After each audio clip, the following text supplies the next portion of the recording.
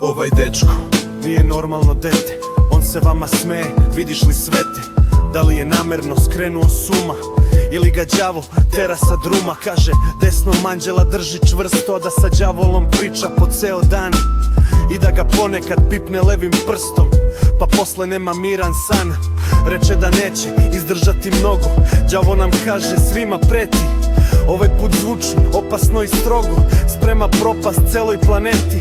Tom dečku zaista pomoć treba, on u stvari nesvesno skrnavi krst, i to ona najveća pomoć sa neba, da Bog odozgo na njega stavi prst. Pita za koga ovo sunce sije svete, često je jako depresivan, pa opet nekada živne kao dete. Taj čovek koronu obledi neispavan, razmišlja šta ima izvan celoga svemira.